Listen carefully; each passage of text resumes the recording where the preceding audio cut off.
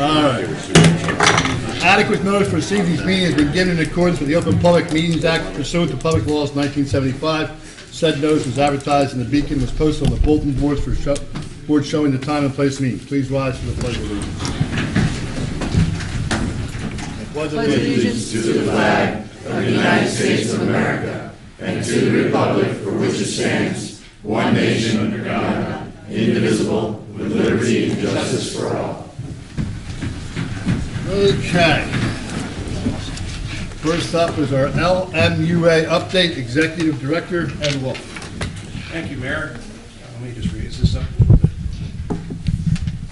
Good evening. Here with Jim Nola, Chairman of the LMUA.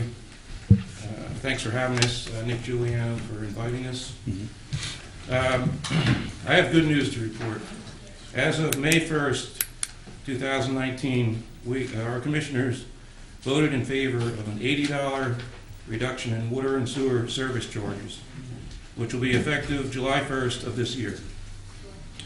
So ratepayers can expect to see a $20 reduction in their Waterloo bills. This is approximately a 9% reduction in the average customer's bill.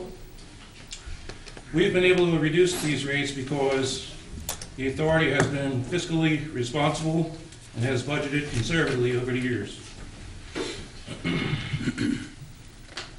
We've also been able to retire some long-term debt. When I came aboard in 2005, we had approximately $70 million in debt. I'm happy to report that we were down to $15 million in debt. Good job. So that's good. Good job.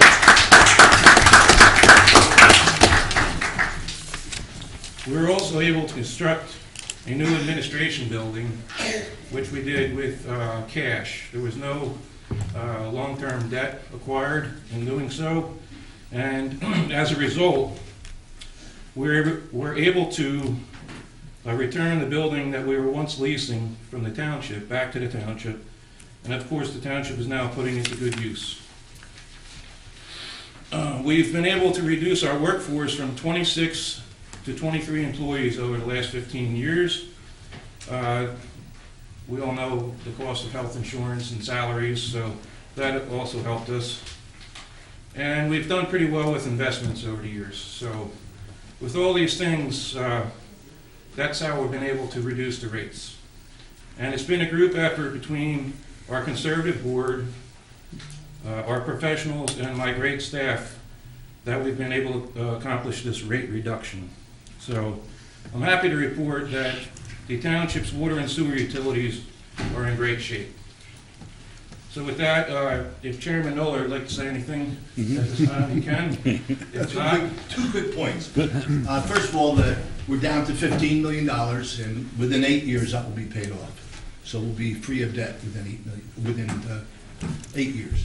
The second point probably is the reason why we're able to give back $1 million back to the ratepayers is because we divide our township into 5 sections.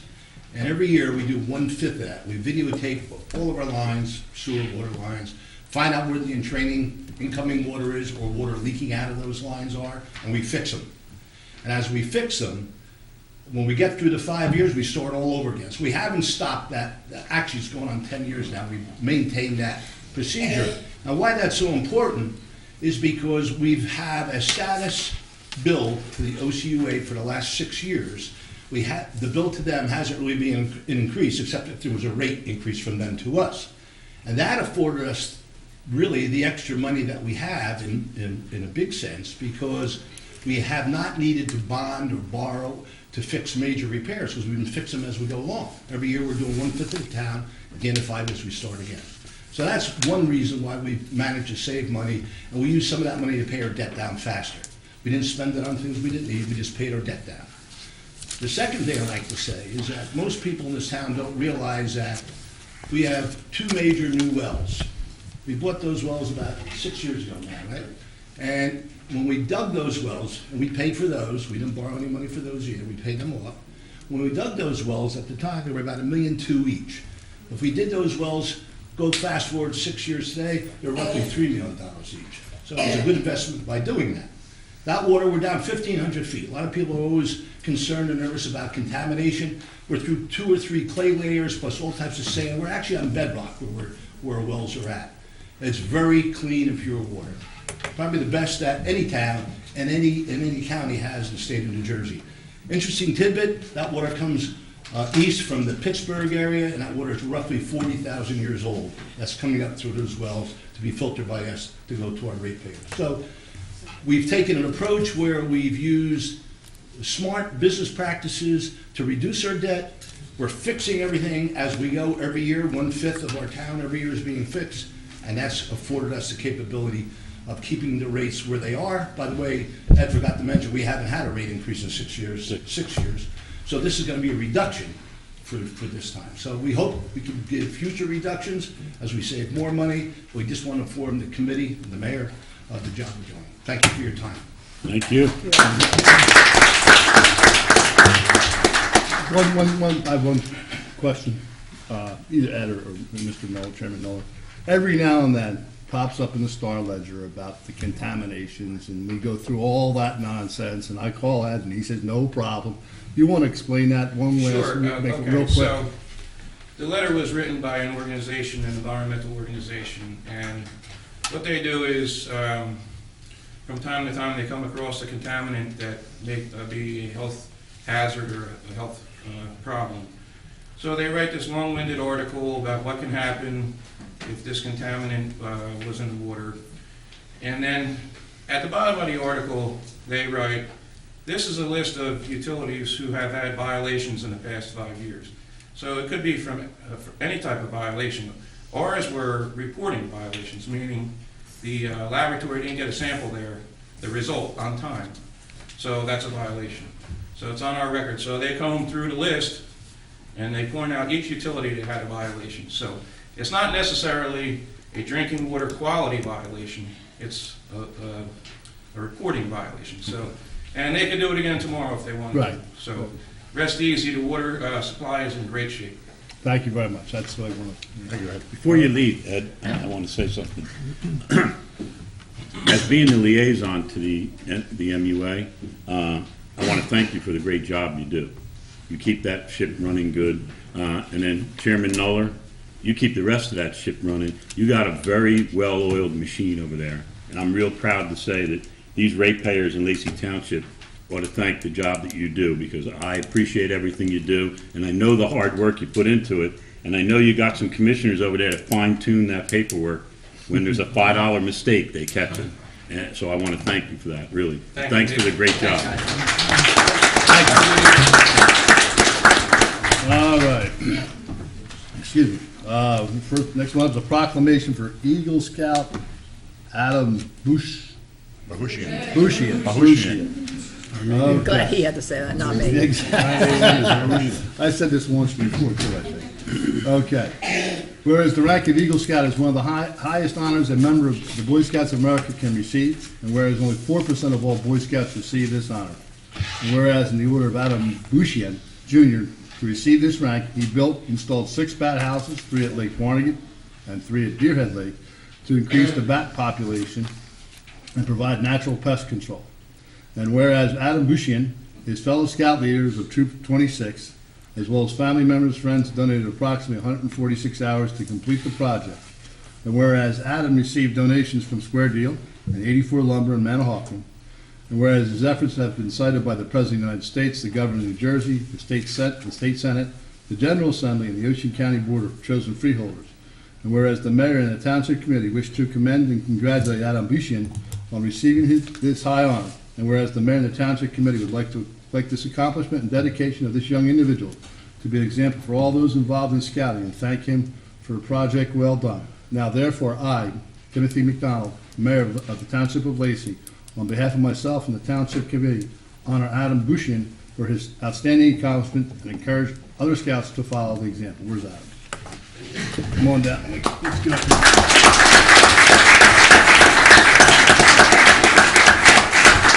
Go by the microphone. Go by the microphone.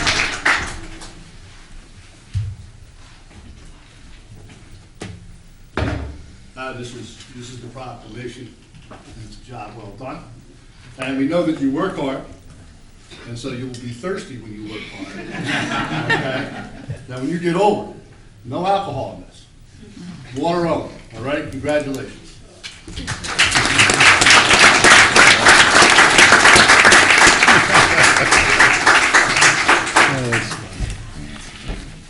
The next one. This one will be a little bit easier. Yes. Pardon me. Another proclamation for Eagle Scout Daniel Nat, okay, Nat, all right. Whereas the rank of Eagle Scout is one of the highest honors a member of the Boy Scouts of America can receive, and whereas only 4% of all Boy Scouts receive this honor, and whereas in order for Daniel Nat to receive this rank, he raised funds and led a team to serve Thanksgiving dinner for families of the Barnegat Food Bank and veterans from the American Legion Post 232 named Thanksgiving Give Back. Whereas Daniel Nad and his fellow scouts, leaders of Troop 26, as well as family members and friends, donated approximately 258 hours to complete the project. Whereas Daniel received food and supply donations from Fusiello's, Espo's Pizza, Anthony's Seafood, Via Napoli, Perkins, Christie's Diner, Sweet Jenny's, Marchione's Pizza, Sawbusters, and Luigi's Pizza. Whereas Daniel also received personal donations of turkey, ham, and other food for the dinner from Jen Ebling of Tom's River, Leanna Lane of Waretown, and the Bushians and the Pages of Lacey, as well as the Bops, Badges, Rollmans of Barnegat Township. And whereas this effort has been cited by the President of the United States, the Governor of New Jersey, the State Senate, the General Assembly, and the Ocean County Board of Chosen Freeholders, and whereas the Mayor and the Township Committee wish to commend and congratulate Daniel Nad on receiving his high honor, whereas the Mayor and the Township Committee would like this accomplishment and dedication of this young individual to be an example for all those involved in scouting, and thank him for a project well done. Now, therefore, I, Timothy McDonald, Mayor of the Township of Lacey, on behalf of myself and the Township Committee, honor Daniel Nad for his outstanding accomplishment and encourage him and other scouts to follow this example. All right.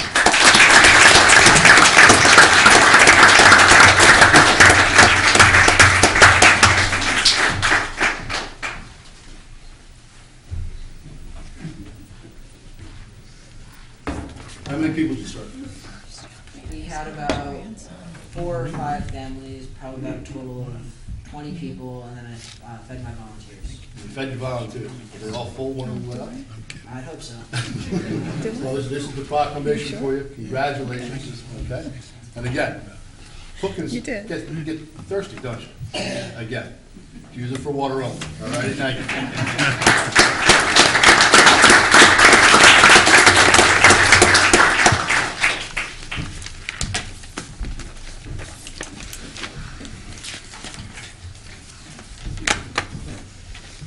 All right. Rotary Club of Forked River Doggy Derby announcement. Mr. Angona? Good evening. My name's Tony Angona. I live at 246 Quail Lane North. I'm supposed to say that, I guess, right? Okay. Well, I'm here again. This is the 7th annual Doggy Derby that we're holding, and it's been practiced through the other 6 years to invite our committee members over here to be our judges for the contest that we have for dogs. And so that's what I'm here to do, to invite all of you to come and be the judges.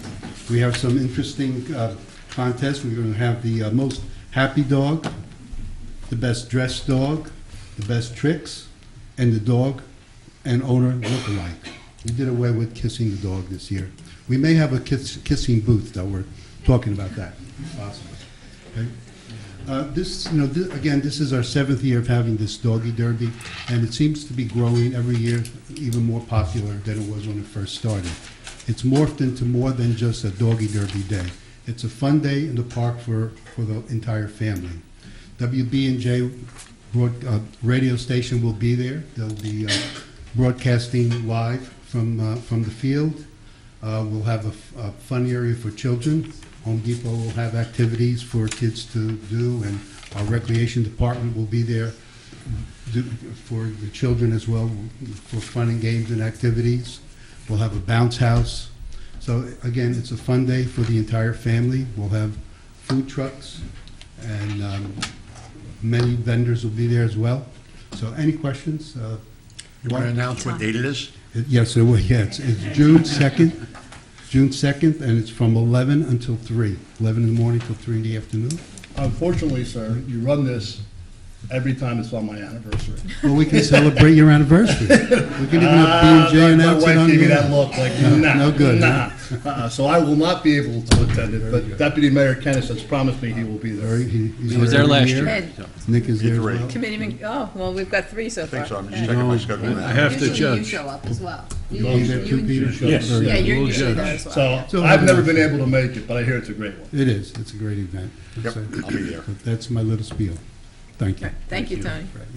I jumped out of order here. I think, does the township committee, any attendant want to talk about these Eagle Scouts or say anything? Well, sure, I'll I start. apologize to him for jumping out. That's all right. So a couple of things, you know, okay, so basically, you know, I look at this front row and I see all these uniforms. First of all, when we did Pledge of Allegiance, I really loved that you all stood up and, you know, the thing is really great, but I know that when we honor one of our police officers, or we do a promotion, or we do something like that, this kind of reminds me of that, you know, the regimented uniforms, and really does, makes me proud, it really does. And I look at your bands with your badges, and, you know, I'm gonna ask real quick, a couple of questions. What was your favorite badge to get? Probably the Art Bear badge. And what was your least favorite? Ooh, That's a tough question. okay, I'm gonna go, what was your favorite? My favorite would probably sailing. Sailing. How about you? My favorite was probably sailing too. Okay. Indian more. Okay. Badges? Anyway. Indian lore. Okay, that's. I don't think the young ones. But they're here, Come on, come on. you guys are here for your citizenship badge tonight, How right? about that? Citizenship badge? Citizenship badge. They're earning that tonight. Well, at any rate, it's a great accomplishment. You guys look great, and good luck in your future, and it's bright, because as we all know, scouting and especially Eagle Scouts tend to be successful in life. So the best of luck, and thank you for coming out. Anybody else want to say? Yeah, Mr. Fidello? I would. It's always a special night. Anytime we get an Eagle Scout here,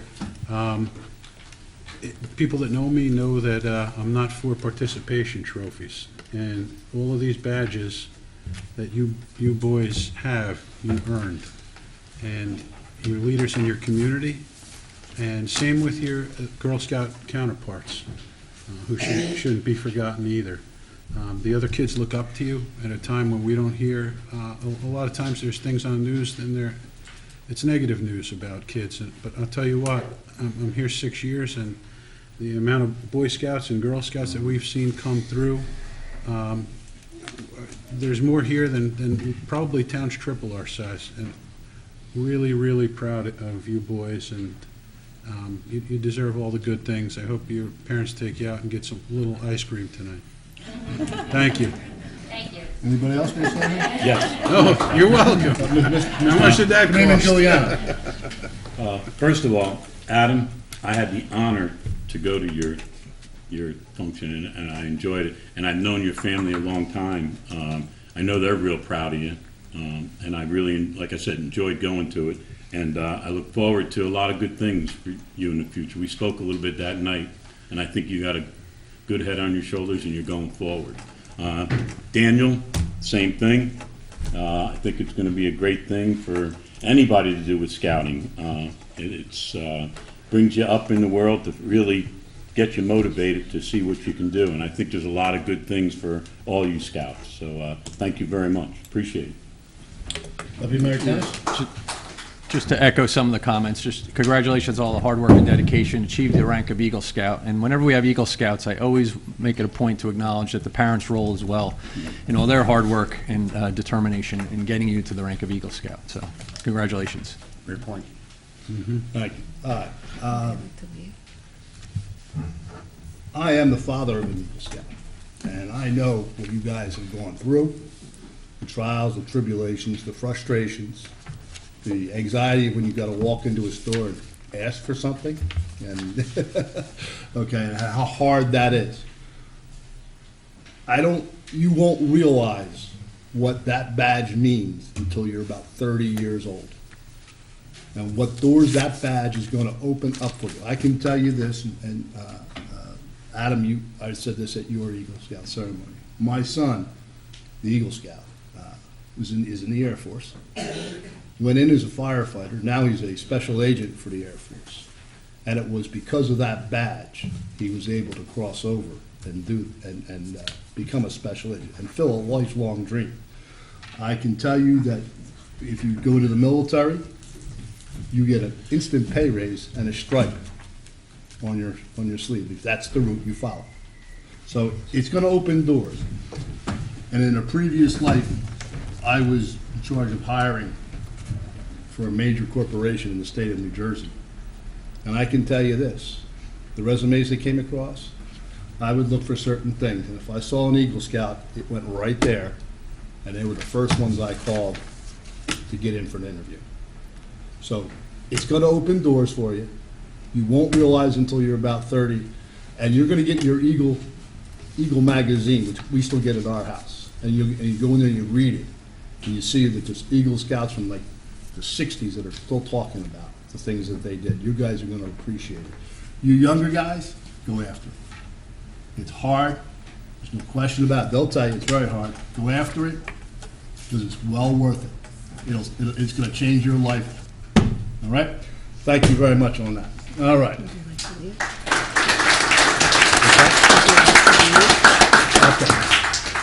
All right, we got two more things that the scouts want to, that these guys got to, are they getting their citizens badge? Yeah. They got to stick around for the stay. whole meeting. These guys can leave. They got to stick for the whole They meeting. do, yeah. So we only got two more things. All right, number 5, special use permit, Fort River Presbyterian Church, car show June 29th, rain June 30th. This is the annual car show that the church holds at 130 North Main Street. It's on the 29th with a rain date of the 30th, from 9 to 3 on the 29th. It's been reviewed by the zoning office. I just need a motion to approve it, and this is also including signage in advance of the event for 1 week. Move it. Second. All in favor? Aye. Aye. Okay, request to post signs for Relay for Life. Relay for Life is coming up again. I see Mr. Bender's in the audience here, so I'm sure he'll make a pitch later on today as well. They would like to put out signs, again, announcing Relay for Life 2 weeks in advance of the event. Take a motion on this? Move it. Oh, second? Second. All in favor? Aye. All righty. That's all I have for All this right. agenda. Can we have a motion to adjourn this agenda? Move it. Second. All in favor? Aye. All right, you guys can leave now, or you can stick around for the township meeting, which is gonna be a long one.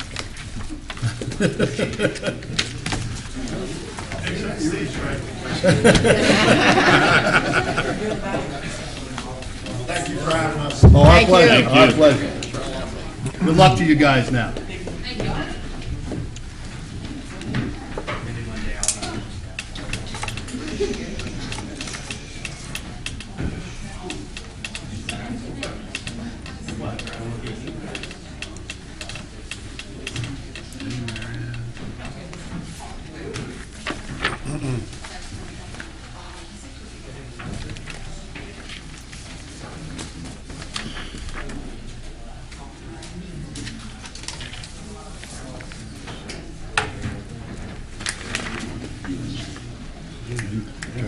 it. Yep. I didn't turn it up. Yeah, that's what I said. I whispered to Peter, it's getting hot. Yeah.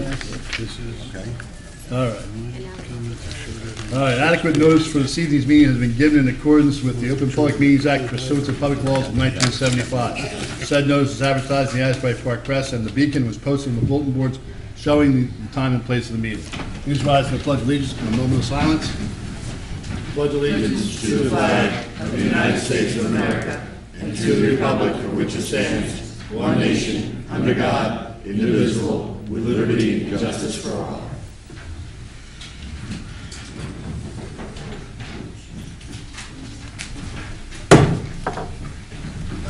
Yeah.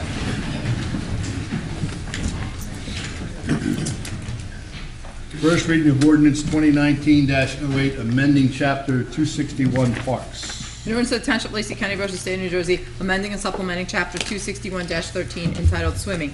This is to make provisions for our new inflatable water park with regards to the rules and regulations with operating that park. Motion? Move it. second. Mr. Kennis? Yes. Mr. Curatolo? Yes. Mr. Juliano? Abstain. Mr. Dykoff? Yes. And Mayor McDonald. Yes.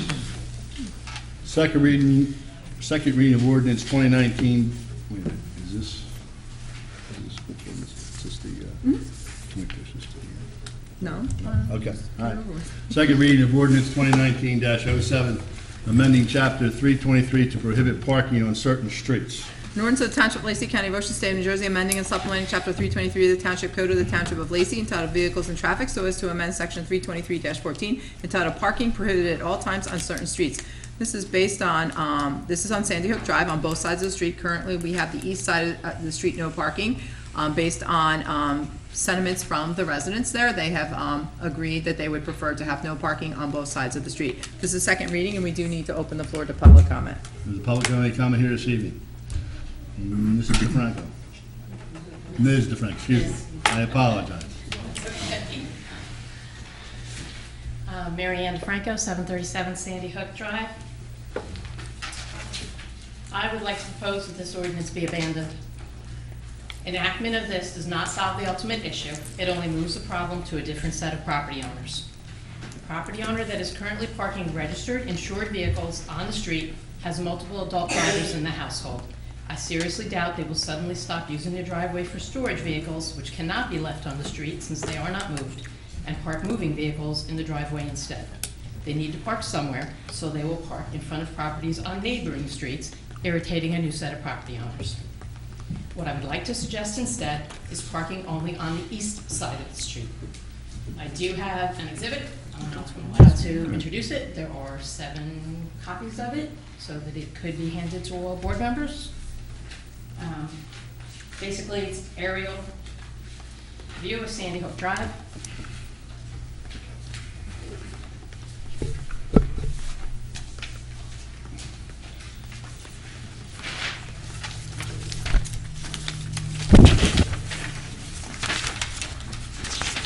There are 2 mailboxes on the east side of the street where there is currently no parking. There are 6 mailboxes on the west side of the street where it is currently allowed. 3 of those 6 mailboxes are directly adjacent to where the property owner is that is parking multiple vehicles on the street. Allowing parking on the east side of the street instead would relieve the inconvenience to the other property owners, and this property owner could park in front of his own property directly. The survey that was distributed to the residents did not offer this solution. We were offered to return to parking on both sides of the street, continue as is with parking on the west, or no parking on either side. Given these alternatives and the frustrations of the immediate neighbors, it is very understandable that this is the option that most selected. This ordinance, I believe, would also decrease our property values. What's the first thing that happens when you list your property with a realtor? They have a caravan of the realtors from that agency to come view the new property listing. They wouldn't be able to park anywhere near the house that's for sale. An immediate red flag of an unusual situation existing on the street and identifying us as a problem neighborhood. Well, I can certainly understand that returning to parking on both sides of the street creates a hazardous situation for traffic flow, especially for school buses and traffic exiting Clune Park that is unfamiliar with the street's issues. It is an unreasonable situation for the residents to not be able to park near their own homes. Parking on the west side, as it is currently, not only blocks mailboxes, but creates a lack of sight distance for residents backing out of their own driveway. There are no driveways on the east side of the street near this property, other than the property owner's own driveway. Respectfully submitted, Mary Ann DeFranco. Anyone else? Anybody else have any comments here? Yes, ma'am, come on down.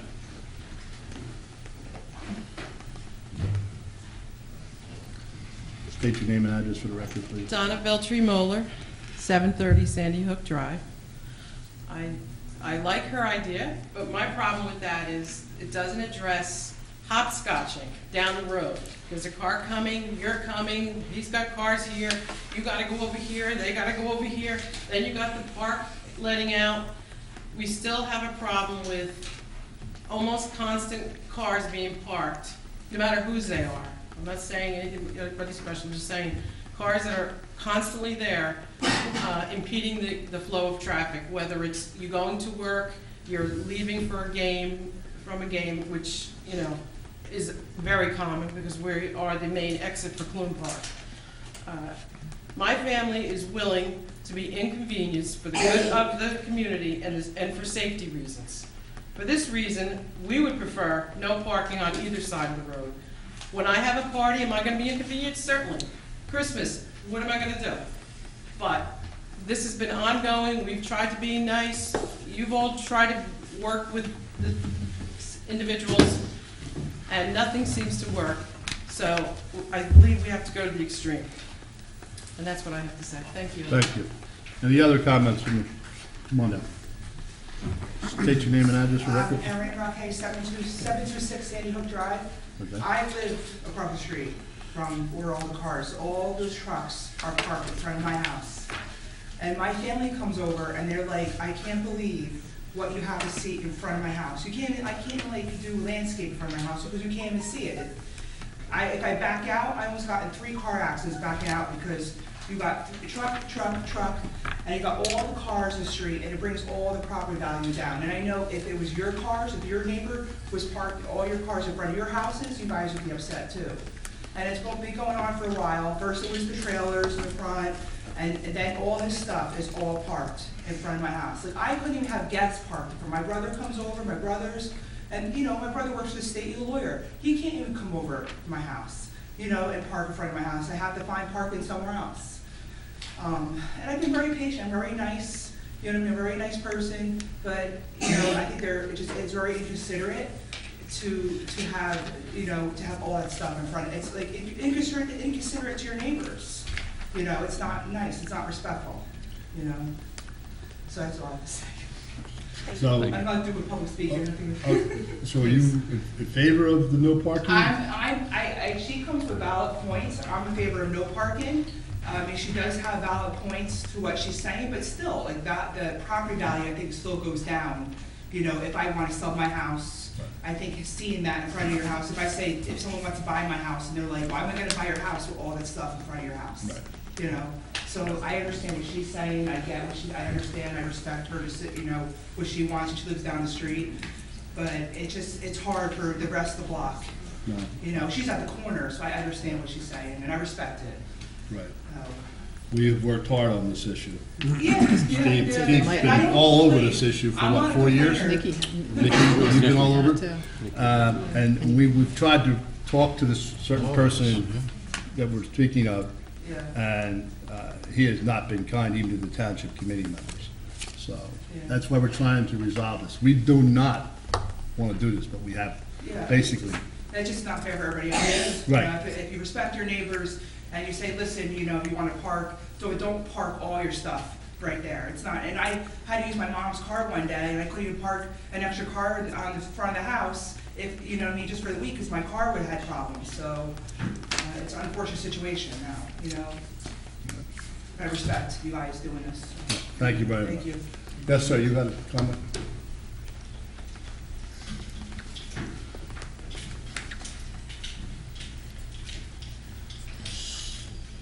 State your name and address for the record, please. Tyler Damone, 701 Buena Vista Road. I live on the corner of Buena Vista and Sandy Hook. I live adjacent to the property. Switching sides is not going to solve the issue. I have 2 young children. When cars are parked there, they idle for long times. Loud noise, my entire house shakes. So by being switched originally, it was a short problem solved for me, but it affected the other side of the road all the way up and down. I'm for banning parking both sides, Sandy Hook. Along with that as well, on my side of the road, there is, sorry, I don't public speak very often. Take your time, relax, no problem. My side of the road is no curb. So the trucks pulling in and out, off and on, are destroying my property, my lawn. I have pipes that run my drainage from my gutters out to the road that's being parked on. And even with it being on the other side now, I still have the trucks backing up onto my lawn to pull out. It's on video. It's not like it's, you know, made up or, you know, so. You mean the trucks from this gentleman, the Trucks that are parked on the, I guess it's the western side, are backing up onto my property over the right of way to then make a It's kind of like a backwards K-turn Okay. to then head out towards Beach Boulevard. All right, That's about it, sir. thank you very much. Thank you. Any other comments from the public on this? Yes, sir.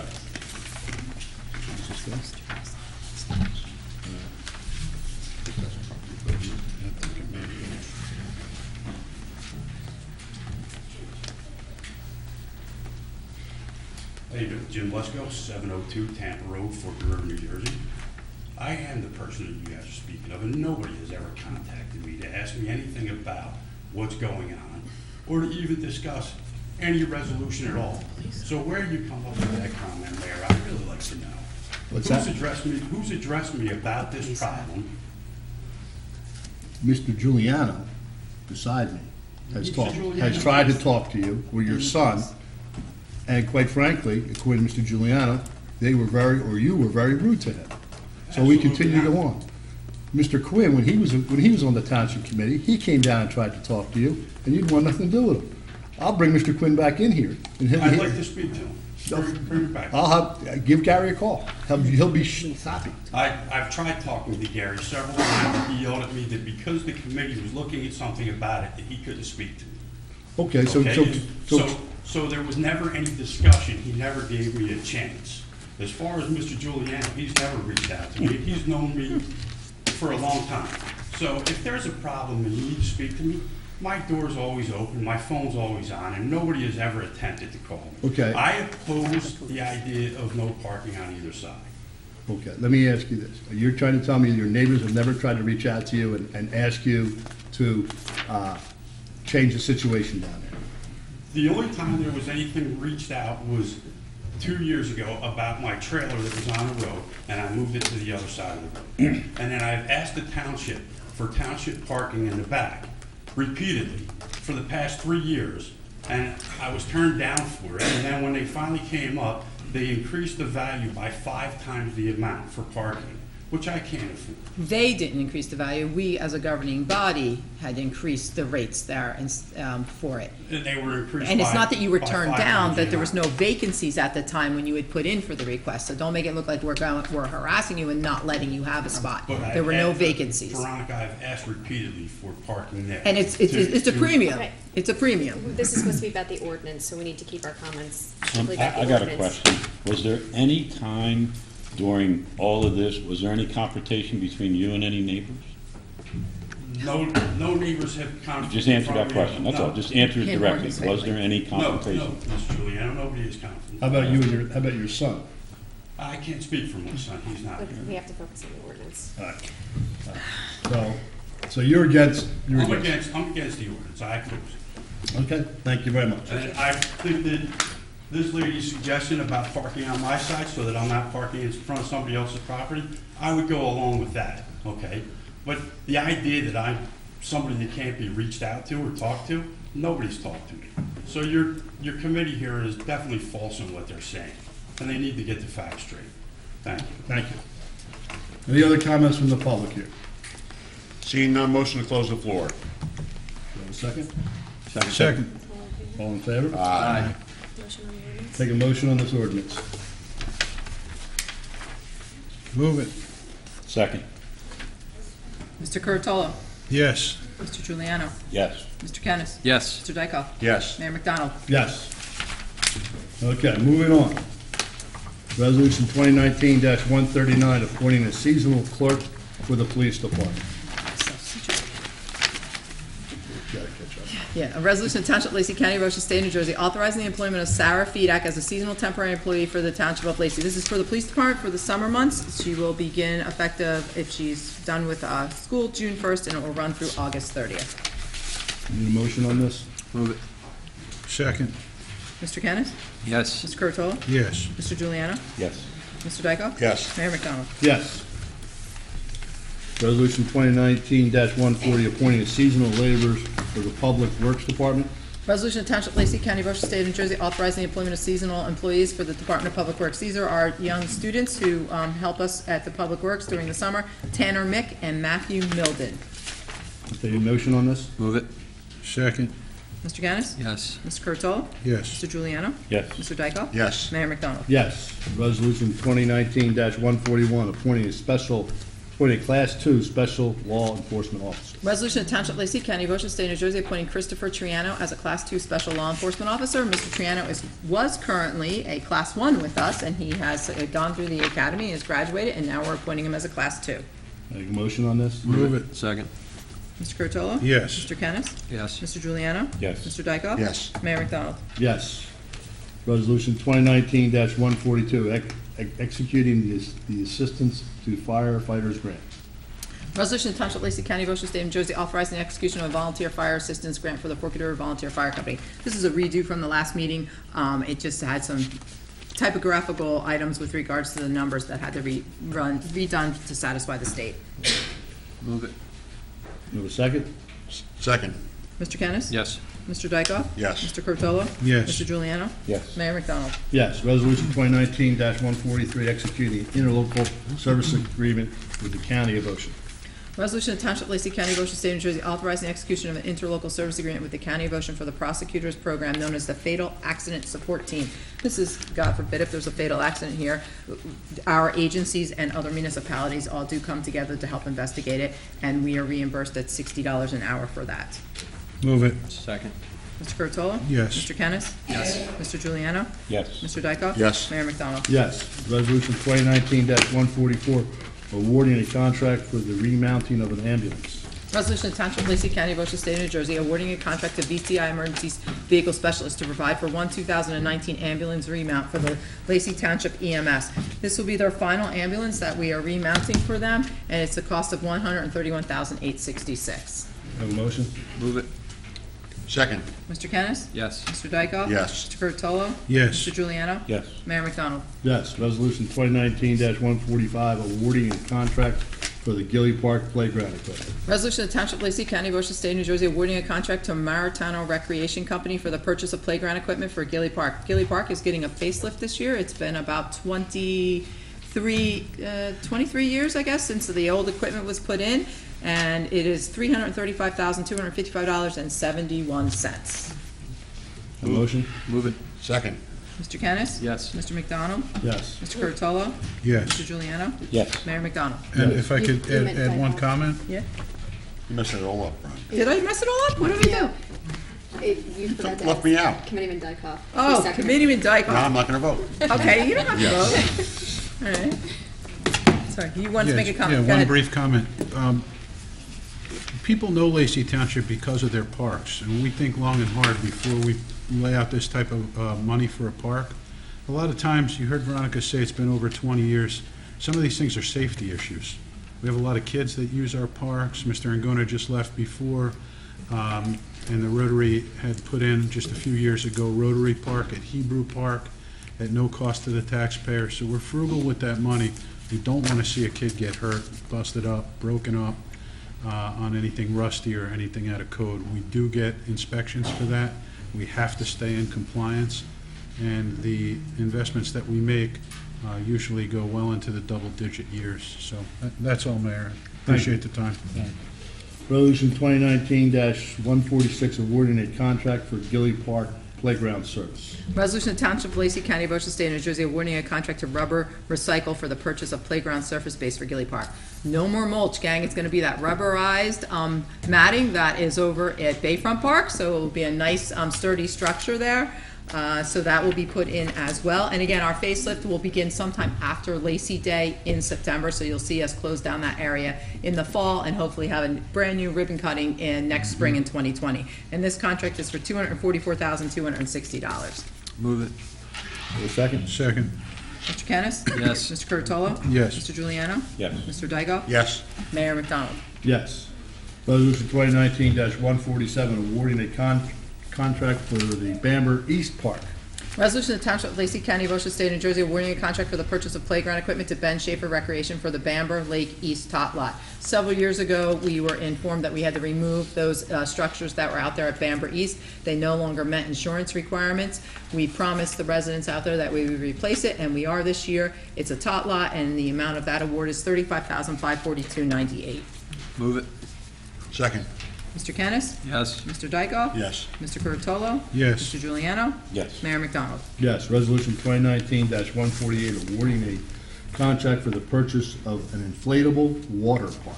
Resolution to Township of Lacey, County of Ocean, State of New Jersey, awarding a contract to commercial recreation specialists for the purchase of an inflatable water sports park for the Township of Lacey. We call this the Whibbit. That's what the recreational name goes by for that.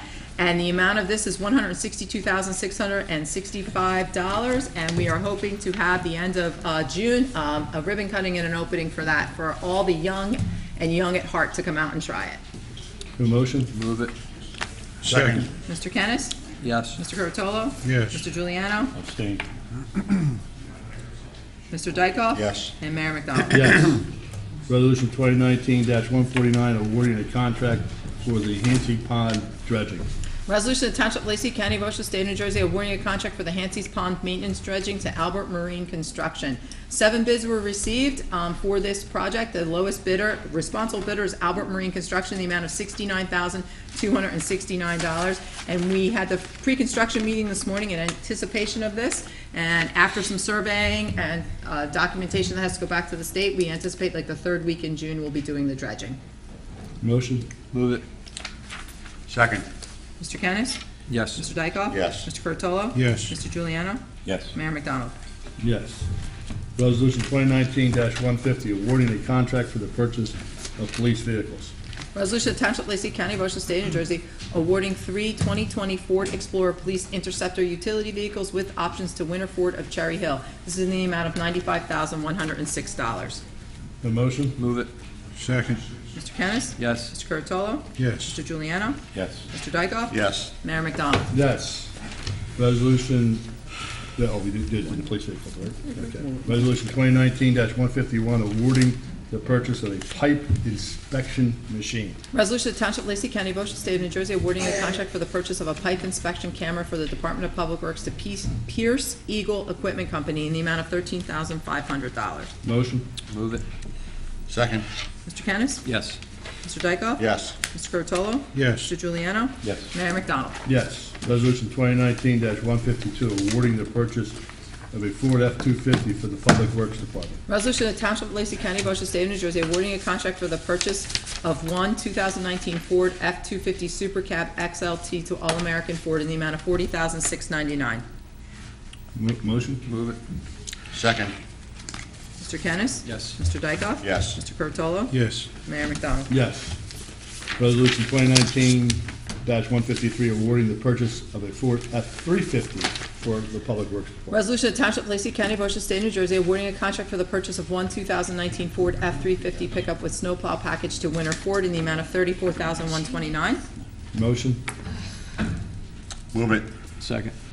Mr. Dykoff? Yes. Mr. Kennis? Yes. Mr. Curatolo? Yes. Mr. Juliano? Yes. Mayor McDonald? Yes. I Resolution. vote yes to the previous one. Did I not call you? No. Oh, my gosh, I'm really fouling up tonight. I better go home. When's your contract up? Better go home. Yeah. Sorry about that. Resolution 2019-154, awarding the purchase of Ford F-550 utility truck for the Public Works Department. Resolution of Township of Lacey, County of Ocean, State of New Jersey, awarding a contract for the purchase of one 2019 Ford F-550 utility truck with snowplow package to Winter Ford in the amount of $60,788. Motion? Move it. Second. Mr. Kennis? Yes. Mr. Dykoff? Yes. Mr. Curatolo? Yes. Mr. Juliano? Yes. Mayor McDonald? Yes. Resolution 2019-155, awarding the purchase of a Henke claw bucket.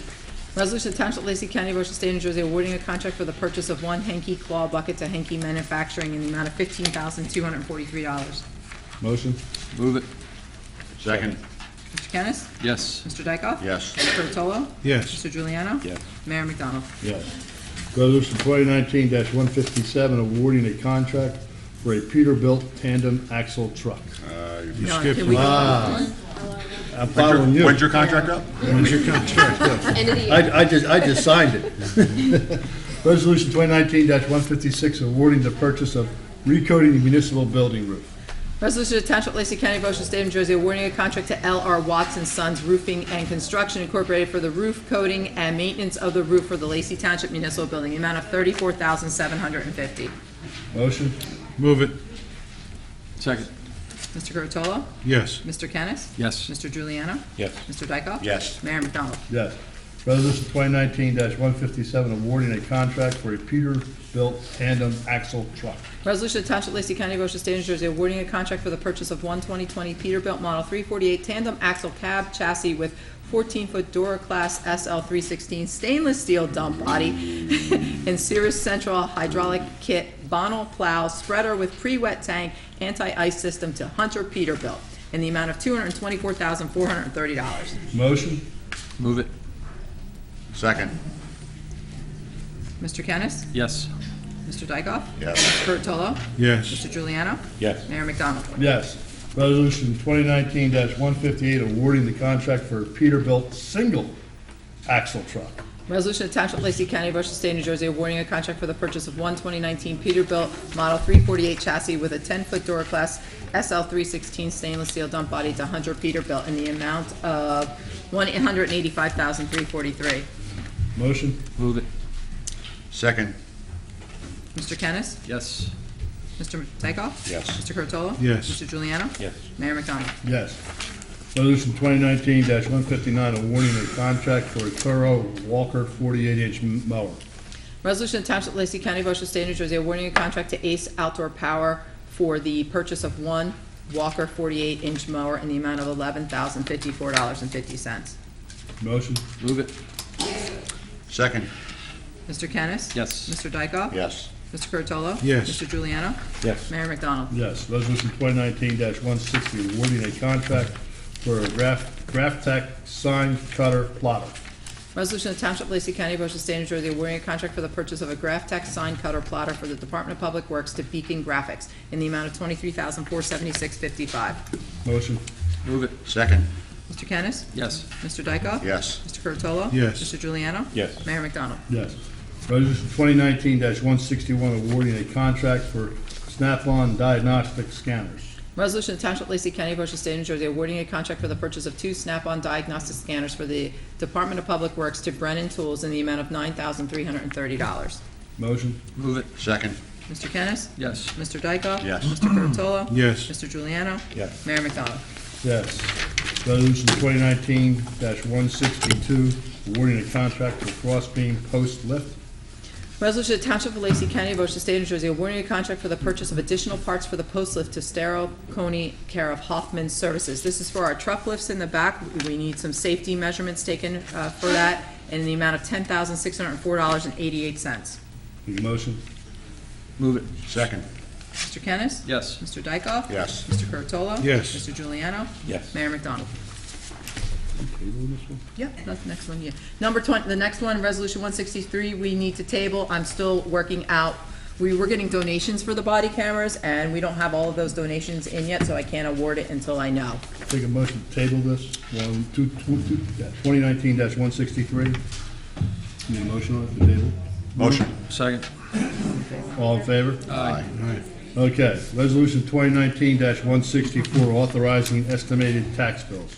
Resolution of Township of Lacey County, Ocean State, New Jersey, authorizing the tax collector to prepare and issue estimated tax bills for the third quarter installment of 2019's taxes. This is only if we need to do this. We're still waiting to hear back from the state, but since we're going to one meeting a month for the summer, I felt it was safer to put this in place, just in case I have to do it, rather than call a special meeting. Motion? Move it. Second. Mr. Kennis? Yes. Mr. Dykoff? Yes. Mr. Curatolo? Yes. Mr. Juliano? Yes. Mayor McDonald? Yes, resolution 2019-165, authorizing reduction of a site performance bond for a portion of the White Oak development. Resolution of the Township of Lacey County, Ocean State of New Jersey, authorizing the reduction of a site improvement performance guarantee for White Oaks at Lacey Grove Street portion and conditioned upon the posting of a new performance bond for the Eagles Wood portion. Motion? Move it. Second? For a second? I need a second. Second. Mr. Dykoff? Yes. Mr. Curatolo? Yes. Mr. Juliano? Yes. Mr. Kennis? Abstain. Mayor McDonald? Yes. Okay, resolution 2019-166, authorizing the release of a site improvement bond for a road opening permits 4710, 4716, 4718. Resolution of Township of Lacey County, Ocean State, New Jersey, authorizing the release of a site improvement performance guarantee posted by Durazamo Excavating for road opening permits for 4710, 4716, and 4718. And these are for various properties on Chelsea Street, Whitcomb, and Elwood Street. Motion? Move it. Second. Mr. Kennis? Yes. Mr. Dykoff? Yes. Mr. Curatolo? Yes. Mr. Juliano? Yes. Mayor McDonald? Yes. Resolution 2019-167, authorizing the cancellation of taxes for a 100% disabled veteran. Resolution of Township of Lacey County, Ocean State of New Jersey, authorizing the tax collector to cancel 2019 taxes due on a property granted the 100% disabled veterans exemption and refunding the resulting credit balance. This is on Block 1304, Lot 1, and Block 767.03, Lot 9. Motion? Move it. Second. Mr. Curatolo? Yes. Mr. Kennis? Yes. Mr. Juliano? Yes. Mr. Dykoff? Yes. Mayor McDonald? Yes. Resolution 2019-168, authorizing the refund of a building permit fee. Resolution of Township of Lacey County, Ocean State, New Jersey, authorizing refund of a building department fee issued by the Lacey Township Building Department. This is for a cancellation of a job at 437 Laurel Boulevard. Motion? Move it. Second. Mr. Kennis? Yes. Mr. Curatolo? Yes. Mr. Juliano? Yes. Mr. Dykoff? Yes. Mayor McDonald? Yes. Resolution 2019-169, authorizing the refund of deposits. Resolution of Township of Lacey County, Ocean State, New Jersey, authorizing the refund of deposits held for the use of municipal facilities. Motion? Move it. Second. Mr. Kennis? Yes. Mr. Dykoff? Yes. Mr. Curatolo? Yes. Mr. Juliano? Yes. Mayor McDonald? Yes. Resolution 2019-170, authorizing the payment of township bills. Resolution of Township of Lacey County, Ocean State, New Jersey, authorizing the payment of township bills in the amount of $1,032,674.02. Motion? Move it. Second. Mr. Kennis? Yes. Mr. Dykoff? Yes. Mr. Curatolo? Yes. Mr. Juliano? Yes. Mayor McDonald? Yes. Motion to approve township meeting minutes of May 9th, 2019. Move it. Second. All in favor? All in favor? Aye. Motion to approve caucus meeting minutes of May 9th, 2019. Move it. Second. All in favor? Aye. Motion to approve membership in Lenoka Harbor Volunteer Fire Company for Christopher Pino. Move it. Second. All in favor? Aye. Motion to approve a raffle license application for the BPOE Lacey Elks Lodge. Move it. Second. All in favor? Aye. Comments from the committee? Can I do an add-on? Oh, We have one add-on. It's going to be Resolution 172. It's a resolution of Township of Lacey County, Ocean State, New Jersey, awarding a contract to Motorola Solutions Incorporated in care of wireless communications and electronics for portable radios for the police department. We had agreed at budget time to purchase some radios for the police department. This contract's in the amount of $47,593.35. the motion? Move it. Second? Second. Mr. Kennis? Yes. Mr. Curatolo? Yes. Mr. Juliano? Yes. Mr. Dykoff? Yes. Mayor McDonald? Yes. All right, that's the only thing I have to add on, so now. All right, comments from the committee. Deputy Mayor Kennis. Thank you, Mayor. I have actually prepared remarks tonight. Uh-oh. Oh, Lord. Long meeting, I know. Last week, after 3 years, the State Planning Commission approved the Lacey Township Center Boundary Map, Town Center for shorthand. This is a significant and positive step in determining the future of Lacey Township for the next 10 years. Just some bullet points. This plan will be in effect for 10 years with periodic reviews every 2 years or so. We can ask for amendments if development patterns change or we need them to change. There are several items that we must fulfill in order to maintain compliance with this plan. For example, we must update our master plan, update the affordable housing overlay map, update the stormwater management plan. In addition, there are resiliency, open space, recreation, transportation, and economic development requirements. For doing all that, most properties along Route 9 and Lacey Road will be able to develop 70% lot coverage. And finally, I'd like to acknowledge a group of people that helped bring this to fruition. Veronica, who kept track of hundreds of papers and emails along the way. Our Township Attorney Lauren, who initially gave us the indication that the state would accept our application if we applied. Our Department of Community Development, who helped guide us through some of the ordinance and zoning changes. Our plan endorsement engineer, hiring rule. The department heads at the state that helped guide us through this process. We made a lot of good contacts along the way that should help the township going forward. Freeholder Gary Quinn, who started this process with us in Trenton and attended many meetings. And finally, the Township Committee. I am greatly appreciative that they trusted my judgment and allowed me to make decisions that were in the township's best interest. Many thanks to all who are involved. Thank you, Mayor. Thank you. Committeeman Giuliano. Thank you, Mayor. I was asked to read a couple things here just recently when somebody came to me and handed me some flyers.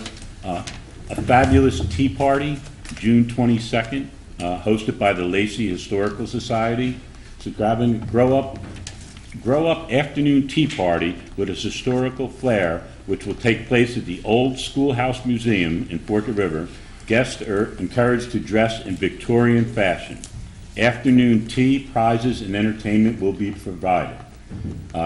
2 seatings are available, 11:30 a.m. and 2 p.m. The cost is $25 per person. For a reservation and additional information, please call 609-971-0467 or email Lacey Township, TWP, Historical Society @gmail.com.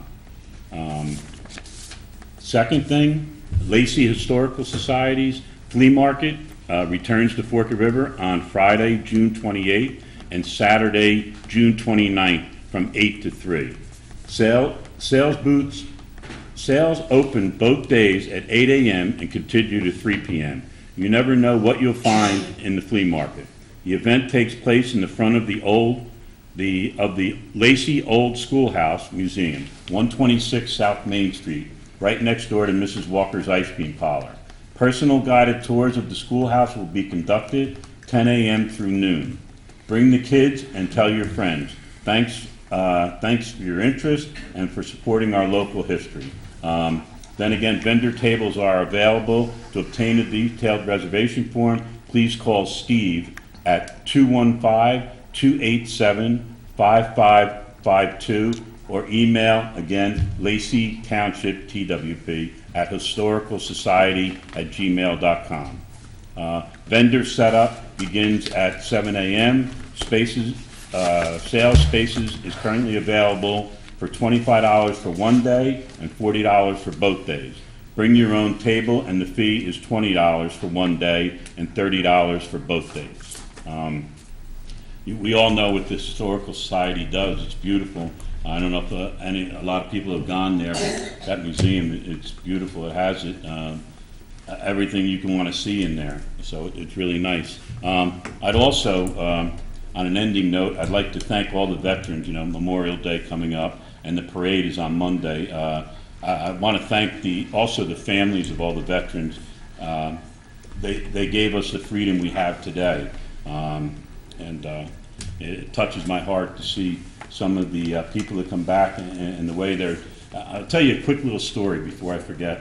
About 4 or 5 years ago, maybe a little bit longer, I was with my son, and as we were going along, I noticed something that he did, and it really impressed me because I never really thought of this.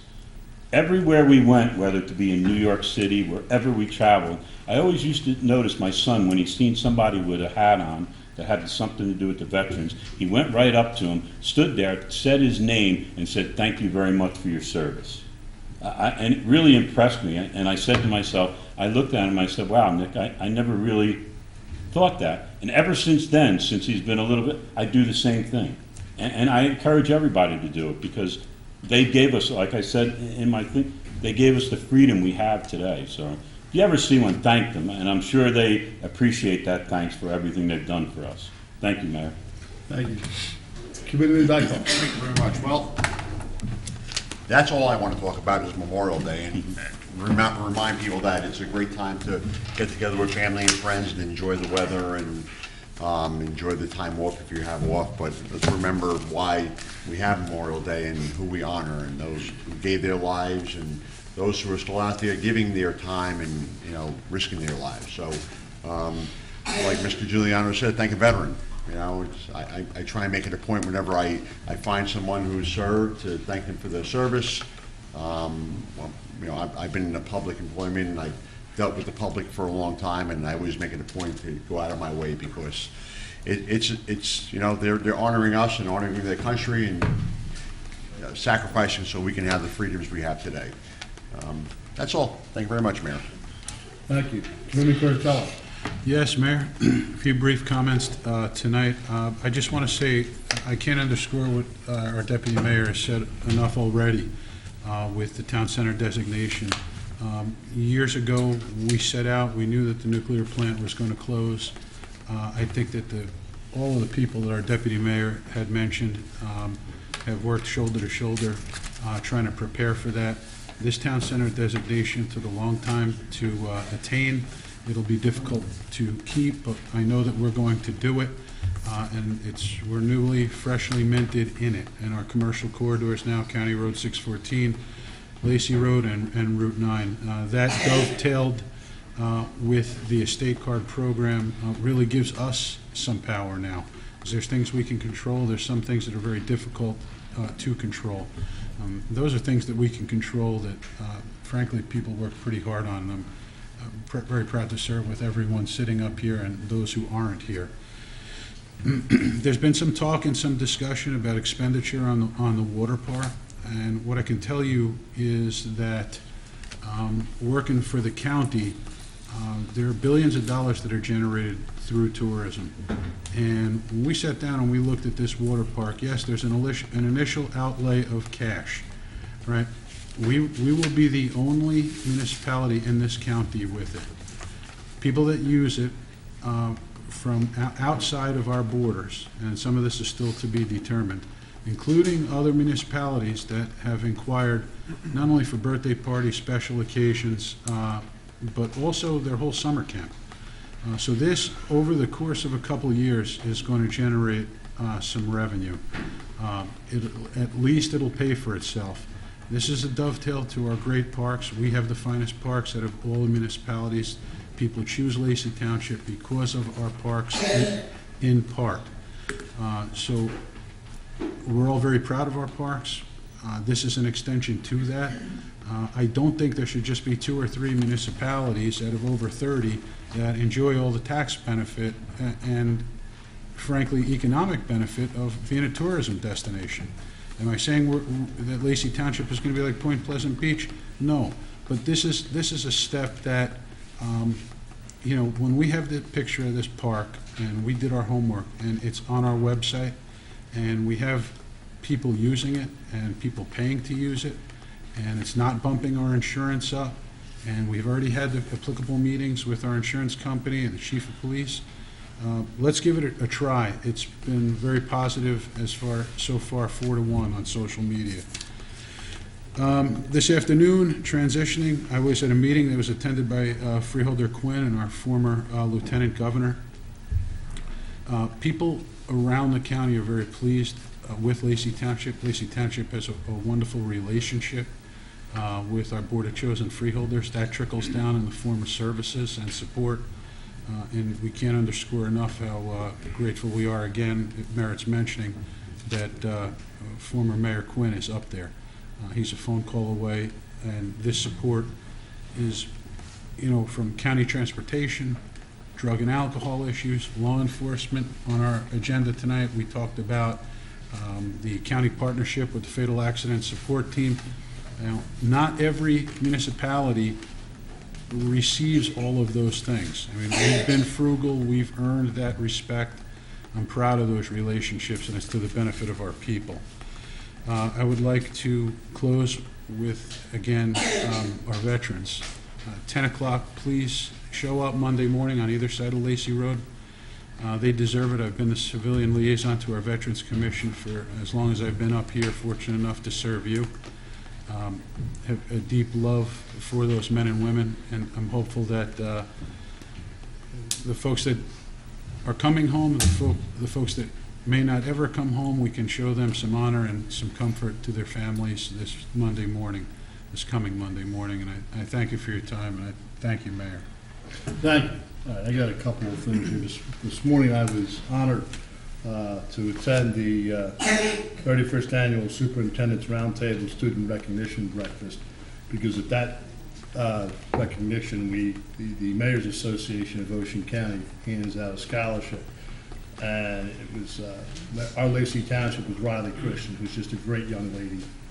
Got to talk to her a little bit this morning, and she's just really thrilled about getting this scholarship. Something else is happening tonight, and I think it's important that we talk about it, is that Ocean County Community College is graduating tonight. And what does that have to do with Lacey? We have 22 students who are graduating with an associate's degree from Lacey High School prior to graduating from high school. That saves their parents a lot of money. And I look at and I have the list here if anybody wants to, I don't think it's okay to get it out there now. We're not talking, you're talking these schools like the University of Virginia, which is a tier 1 school. You have Rutgers, you've got Rider, Monmouth University, Charleston Southern University, and what's one from Tampa, I thought. The University of Tampa. They're going all over, okay? And that's tremendous that they're able to, at the same time, get a good education at Lacey High School. Sometimes it gets downplayed. And at the same time, go on and get an associate's degree, which will save their parents thousands and thousands and thousands of dollars. So I just want to congratulate all of them. I'm also sad but happy at the same time with this next one. Lacey's Finest has come through again.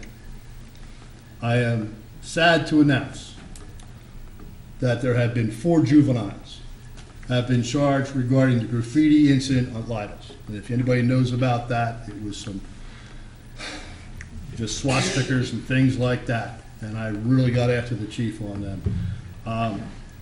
4 juvenile arrests, 3 charged with 2 counts of criminal mischief, 2 counts of trespassing each, 1 charged with 2 counts of trespassing.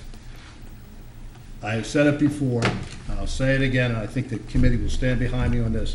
We won't tolerate it. Lacey is open to anybody. You can come in here, regardless of your race, your creed, whatever, and enjoy what we have. All we do is ask that you obey the laws. It's as simple as that. You don't obey the laws, well, we're going to take care of that too. Okay, I had a meeting down in Oyster Creek about getting the rods out of there. There's only 2 ways to get them out because there's no train. It's either through dredging, barging it out, and that would have to come out through Oyster Creek, and either take it around to Cape May and up to Camden or Paulsboro or someplace like that. That's going to be expensive. No matter what they do to get these rods out of here, it's going to be expensive. The other way was to truck them out of here. And I had a conversation with the lead guy. There's only one lead guy for all this in the entire nation, and he happened to be there. And I said to him I did not want it to come through up 9 and out Lacey Road. That's the center of our business. We have an accident there, something like that, forget about it. So there's a road in the back of the plant that runs parallel to the Garden State Parkway. And when we brought that up, he kind of smiled, and I said, I would love for that to happen. And he kind of shook his head. Now, mind you, this is years away, because they haven't even have a place to put this stuff yet. Whether it's New Mexico or they reopen up Yucca Mountain, but it's down the road on that. But I was glad that they were there. It was a very interesting meeting, a lot of PhDs running around. So that's that. All right, Veronica and I had a meeting with the DEP with Carrie, how do you say your last name? Carrie Flug. It was a great meeting, just to get to know, and we put up some projects we'd like to get help with. One was Deer Head Lake and getting that taken care of. The other one was the CMZ as to where how we can deal with that, and hopefully she can open some doors and we can get moving on that. You need to, if you're going to get into the electric co-op, you need to do it by June 1st. After that, you think you're out. Remember that it saves you some money, and if you don't like it, you can always opt out and go back to the other one. So I say, why not give it a try? Memorial Day Parade kicks off at 10 o'clock. Come out and salute our veterans.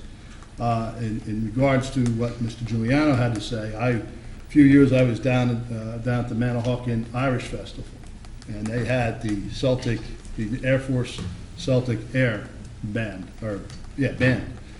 And they're, we were all gonna chip in because they don't get paid. Those bands, they're not allowed to take money. And you can't even give them donations for gas money going back. And I got upset about that, obviously because of my son. And so I made a point from then on, and whenever I go into a diner or someplace to eat and I see somebody in uniform, I grab the bill. So it's kind of like Nick's son was doing, was thanking him for his service. That's my way of thanking those guys. They don't make a whole lot of money, but they're willing to put their life on the line for us. At least I can do is buy them dinner. Farmers market starts this Friday. Ryan, when does farmers market June start? 7th. June 7th. All right, let's talk about the water park here. All right, it's been out there. We've been working on this since November. We think it's a home run. I can tell you this, pretty much every mayor in Ocean County has reached out to me. They want information on this. 1015 wants to talk to Veronica about it. Asbury Park Press has talked to me about this. This is something brand new for Lacey. We're having our soft opening on the 15th of June. I anticipate that it'll be slow. I anticipate that we'll have some organizational problems, as any new thing would have. We don't have all the answers yet, but we're getting them. We're working hard. It will be secure. We're putting up night vision cameras with the help of Comcast, coming back to the police dispatchers. We're putting up a TV in there with all 7 cameras. They'll be able to look at that and see if anybody is there. We're looking at adjusting. The original times was 12 to 4. We're looking to adjust those. And I will tell you this. We don't have all the answers, and we're probably going to screw up some things here. If you guys have suggestions on what will make this better, just send me an email at my township email address, and we'll look at it. We just want to make this good. Community Court Television is running 4-1. I think this is a grand slam for the township. Everybody I've talked to is excited about it. I talked to the principal at Lacey High School this morning, and I asked him about it, and he said, yes. He said the 9th graders are talking about, the 10th graders, the 11th and 12th graders, not so much, but the 9th and 10th graders are talking about this, and it's going to be a good thing. So just give us a chance. Give us a chance to get this thing straightened out. And I ran the numbers the other night, and this thing should, if we do it right, this thing should pay for itself in 2 years. Okay, it's a lot of money. We know that. It's a risk we're taking, but I think something for these kids. We've heard it all around that we don't do anything for the kids in the summertime. This is something for the summertime for the kids. And if you looked at what we spent today on parks, Gilly Park was about $700,000. And there's money going up into Bamber. So we're trying to get the town straightened out here, because it's gotten a little shabby over the last couple of years, but we'll get that together. So that's all I have to say. And please just be patient with us with this water park. And I said, if you have any questions or you have comments or suggestions for us, just shoot me an email and I will get back to you on this. Okay, let me open this up to the public. Does the public have any comment here this evening? Okay. Good evening, Mayor and Council. I'm Joe Bransford, and my wife and I, Kathy, moved here 15 months ago. Okay. We're very happy to be here in a blue state with a Republican tradition. So, great county and great town. Address. I'm here to address... What's your address? I'm sorry, 113 Amber Mist Way. Okay. I'm here to address in some way the license transfer application and the subsequent decommissioning of Oyster Creek. I recently joined Concerned Citizens of Lacey Coalition, and I know they've given you a whole bunch of work, a whole bunch of effort that they've put in with a lot of questions and a lot of concerns. And so I'm here to ask for 2 things: transparency from the council, and also partnering with us. I mean, these folks have invested a ton of effort to surface the issues to you. And I hope that you might consider appointing one councilman to work with the Concerned Citizens of Lacey on just this particular issue. For example, license transfer agreement, I'm opposed to it. Now, I'm speaking for myself here. And there's only two entities that I've seen since I've joined the committee, two entities that have written to the NRC. One is the Rate Council representing the taxpayers and the utility payers in this state, and the other is Congressman Kim requesting a local hearing where the citizens can voice their concerns and get some response. I'll just read to you the one letter from the Rate Committee, the lawyers at the state of New Jersey, which you have seen, but it says this relates to the $970 million fund for decommissioning. It says, without adequate safeguards for the decommissioning trust funds, this proposed license transfer could introduce uncertainty into the decommissioning process by replacing the well-established and well-funded operator, Exelon, with new limited liability companies. And you know the issues relating to those companies. The transferring the operating license and trust funds to these new entities raises critical concerns about whether they have sufficient financial resources and expertise to properly complete the decommissioning within the resources of the trust and to completely fund any additional financial assurances that the Commission may require. Absent adequate safeguards, depletion of the decommissioning trust funds could shift the risk onto New Jersey residents that should be borne by the merchant generator facility. So this is a big concern to our group. Well, first of all, we also asked for a public meeting. We sent a letter. Lauren did the paperwork, 56 pages or something like that, Lauren? I don't remember, it was a lot. It was a lot of pages. So we have asked for that, okay? Transparency, you guys know what we know, okay? We have asked Holtec, we had a meeting with Holtec, we've asked for more better communications. They're starting to step that up a little bit, okay? Exelon's getting out of the picture as of July 1st. There's really not a whole lot. The NRC is going to make the call. So the decision is made on July 1st? Is that when we're... As far as we know, it's July 1st. Now, I did get something that they may have to delay it a little bit until I think, August or September, within 90 days of that, for, I guess, some paperwork to hang up or something like that. But that's basically, it's going to happen, okay? Understand this. We don't have a whole lot of say in this. And I keep, we would love to be able to get that, talk more about it. They're decommissioning, they're tearing something down. The NRC has complete control over that, okay? That's just the way it is. There's not a whole lot this township can do. When they go to rebuild that and put businesses in there, they're gonna have to come in front of the planning board. That's when we get the bite of the apple at that point in time. They're tearing it down. Now, as far as the money is concerned, it's more than that, what'd you think, 135 million or something like that? It's more than that, because when we were out there in October at the plant with Holtec, it was about 1.1 at that point in time, so I'm assuming it's grown a little bit, not much, probably about 1.2, maybe 1.3. But we are letting Exelon off the hook, and I understand that we probably have no control in that.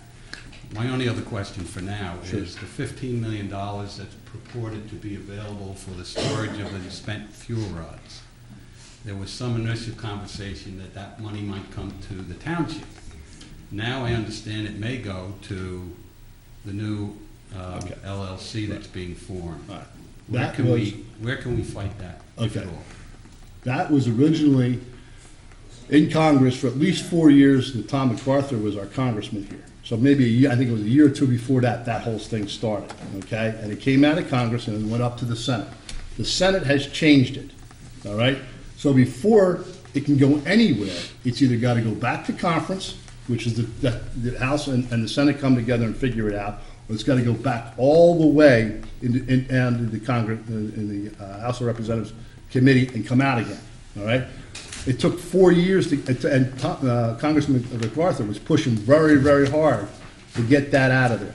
I can promise you that, because I had long conversations with him about that.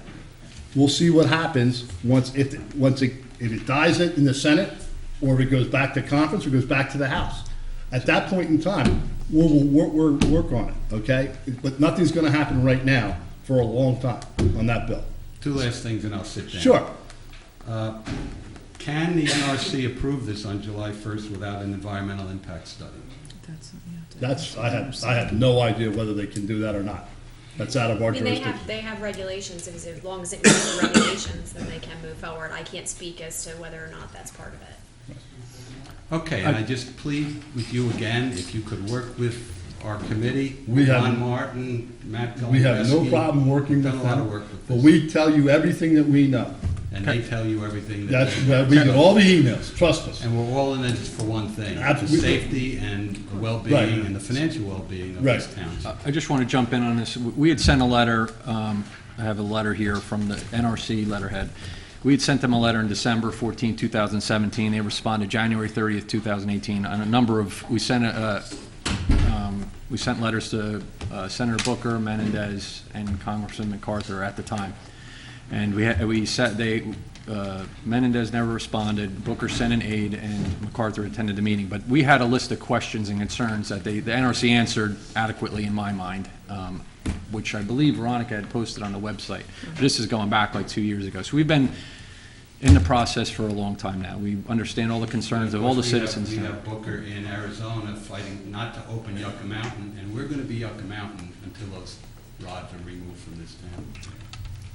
You might want to read this. I'm not saying anything you don't know. Right, right. I mean, unless Holtec gets its way down into Just hope we're not in the Mexico. back of the bus and someone else is driving it. Well, We need to fight our way to the steering wheel. Well, I thank Thank you for listening. Anybody else? Yes, sir. State your name and address for the record, please. Yes, my name is Mike Albavy, and I live at 9 Dunbury Drive here in Forked River. I had a follow-up on that question on that environmental impact study, and perhaps you can enlighten us and the members of our committee that Joe just spoke about with regards to the status. It's our understanding that when there's an asset, call it an asset property transfer of this nature, like the license transfer from Exelon to Holtec. It's our understanding that an environmental impact study must be done. And as a follow-up to the conversation that was just done now, do you have any communication as town officials at all with NRC officials? Or is there a pecking order where this communication goes down? We just said, how long did it take the NRC to respond to a letter, Steve? A year? No, they responded fairly quickly. We sent it, they received it December 14, 2017. They responded January 30th, 2018. Okay, so you're talking 30 days or a month? Right, right. All right, because, I think this is extremely, all of us think that's extremely important, because at some point in time, they're a big federal regulatory agency, and there's other federal agencies that will do this work for them, or combine, like the EPA and some other federal agencies. But it seems like we're in a black hole where you say you know as much as we do, and obviously we can sympathize with each other. But there's just still too much information unknown, and it was mentioned about partnering. As you know, we've done a lot of research, and we've tried to help the town. And, we've had some give and take back and forth, which is well appreciated. But is there any way we can find out if these studies have been done, who the contacts are? I mean, we're willing to partner with a member of your committee, like we said. Well, but I think they would have to post it on their website. Yeah, any public, we would only have access to public information for the most part, public documents, which you would have the same access, and it would be through their website, through the NRC website, whatever is on there. Well, it's nice to know that we would have the same access. I think there's just, it just seems that, I mentioned the black hole before, it's very, very frustrating, because you keep, every time you turn, and we want to do as much research and whatever as we can. As you well know, you mentioned it before, Mayor, that it's not going to happen in our lifetime. Hopefully, the stuff to remove the equipment and make it more safe and secure, and choose the routes to get it out of and all that. But, our children and grandchildren, which we're all concerned about, we'd like to be able to have some sense. And I think sometimes one of our members has done so much research, and we keep hitting a dead end. It's like you go to this person, they go to that. It's like, who's on first, what's on second? I don't know who's on third. And it gets very frustrating. So if there's a way that we can, at some point in time, sit down with, and time's a wasting, obviously, because this has been going on for quite a few years. But it'd be great if we could come up with some kind of collective idea and say, all right, let's see if we can get to the very most person or board or whatever that say, give us some more information. And that could come about in a public hearing. That's why we're so interested in getting a public hearing and not getting shut down. I agree. We, back in October, late October, early November, we requested a public hearing. Correct. And then, because of our request, they extended public comment till, they were supposed to shut it off sometime middle of December. They extended it to early January. I want to say January for some reason, maybe right around there. So they have done that. I've been watching and following what the Massachusetts governor and the Attorney General have done. They haven't replied to the governor or the Attorney General of the state of Massachusetts. They've requested a public hearing. The NRC has yet to reply to that. Right, and So- what we've been hearing too is they may want to do some kind of web version of something, and it's just a way of obfuscating, really, as far as we're Well, concerned. they're holding all the cards. Exactly. You know, and they're gonna dictate how they do what they do. I guess we need 2 Republican senators from New Jersey so we could get that done. We because need the 2 these Democrats changes. don't- We had better communication. We need this state to turn from blue to red. Exactly, but. I'm yes. sorry, I have a question. Have Go ahead. any of you been in contact with the people from Pilgrim Watch dealing with the decommission in Pilgrim? Well, yes. Okay, because they have contacted me, so if you have not been in touch with them, I Okay. can put you in touch with them. Well, I'm glad we're having this dialogue too, because since, as you are frustrated, I'm sure, about things, we equally are too, and it just gets. Trust me, we're as frustrated as anybody. Yes. And I want you to say, as you're talking, I want you to know I'm not being rude to you or any of our viewers on TV. I'm trying to retrieve an email. I'm going to head to a meeting in June. There's a meeting regarding security, and some of the top folks in the county will be there. Okay. And I'll report that by this time next month. And I was trying to retrieve it. It's unsuccessful. I can't get it on my phone. All right, well, thank you very much for anything you can do. We will update on that because I will attend that. Okay, thank you. Thank you. Yes, ma'am.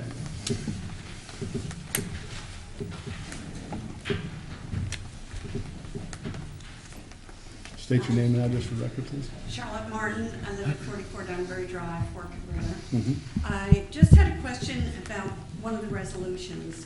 When you mentioned about the body cams for the police department, and it said, did it say that you were waiting for donations? Yeah, the chief has solicited various donations from volunteer organizations throughout this community, Rotary being one, and I don't recall who else. Excuse me a second, I just kind of find it hard to believe that you could spend all of this money on the town, you know, on the Infrastructure. and the parks and all of this, and you don't do it onto the police department. We were going to do, it's not that we wouldn't, but he had gone out and solicited funds to help fund the body camera, and right now we're waiting to see what, I think he got like $40,000 in donations, but we're waiting for that to come in. Okay. And then we have a police forfeiture fund, so as people are arrested and their cases are settled and they might have to give up their assets and they're resold, we get that money if it was made in this town. So we're taking some money out of the forfeiture fund, which is municipal funds, and then additional money through the bond ordinance. Okay. So we are, but eventually, even if there's not enough funding coming in, it will be done by. Yeah, the Yeah, town. yes, we're yes, gonna- yes, we're we're gonna going to do do it. it. We're not waiting for all public donations, no. We just need some more. We're gonna get this done. It's just that Okay, I just feel it's very important to have the Yeah. body. Yes. No, We do There's too. a few towns that doesn't. Trust me, we feel as you do, it's important, particularly with with probably the potential legalization of marijuana. It's going to help us because then we got it on camera. Right. And that's the important thing. That's the one reason why we're going forward with that. And I will say this, the chief has done an outstanding job because the original quote was about $180,000, and he got it down to $60,000. Wow. So he's done a very good job on that, and I told him that time and time again. We just gotta get the pieces of the puzzle together, and then we'll get it. Okay, sooner the better. And if I could just add, Mayor, if I could for Sure. 1 second. Yeah, I mean, $40,000 is a substantial amount of money that the chief has been able to garner through some hard work. We're proud of that. We want to put together a resolution that has accurate numbers so that we don't have to go back and re-resolve. And I know that there was a lot to digest tonight with specific regard to some of the purchases, but some of the purchases were necessary, if for no other reason, for number one and most importantly, safety of some employees. If we have trucks that are 30 years old, we're rotted out. We can't get parts for them anymore. With that, I just had a problem with, it seemed like the police were at the bottom of the pile. No. We had a meeting with the chief regarding the water park, and I specifically asked him if he was happy with the budget, what we had done with the budget, and he was ecstatic. So he's happy, they're gonna be happy over there. But this is just one little item that's got some glitches in it we gotta take care of, that's all. Okay, thank you. No problem. Anybody else? Yes.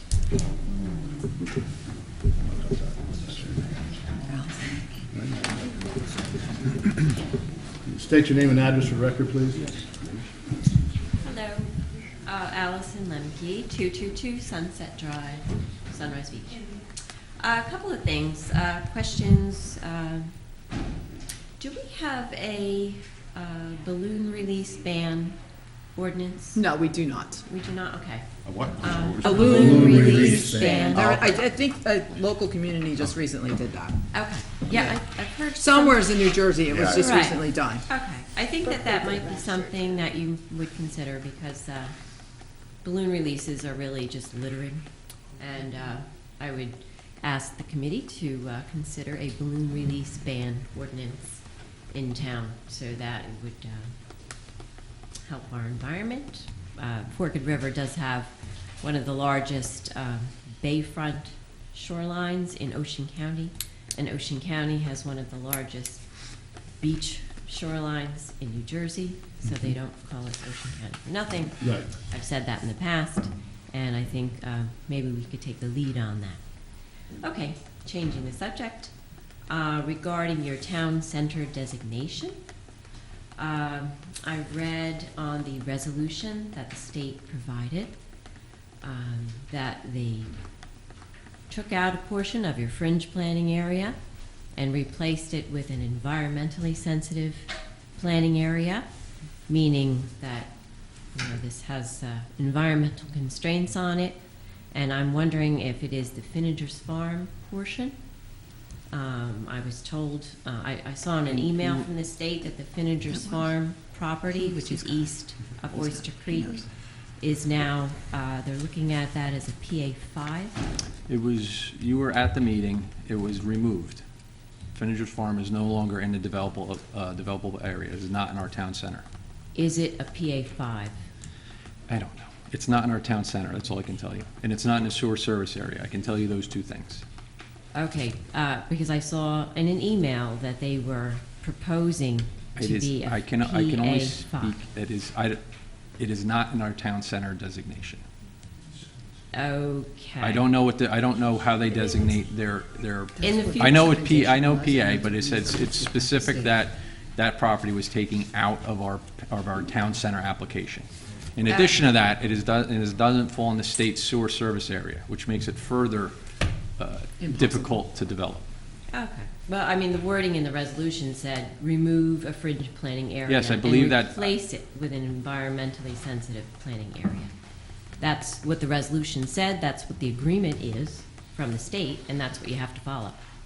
So Well, again, I'm that's- wondering if it was a PA5 designation, which is the highest protection.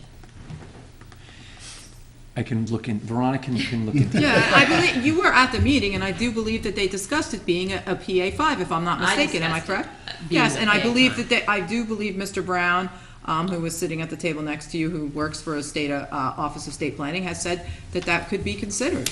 Okay, and I'm Yeah. asking because it was vague in the well- resolution. Well, the resolutions, yeah, the And I'm resolution asking if obviously, that it, So really if did if you happen. if you understand the planning areas, you probably understand them better than me.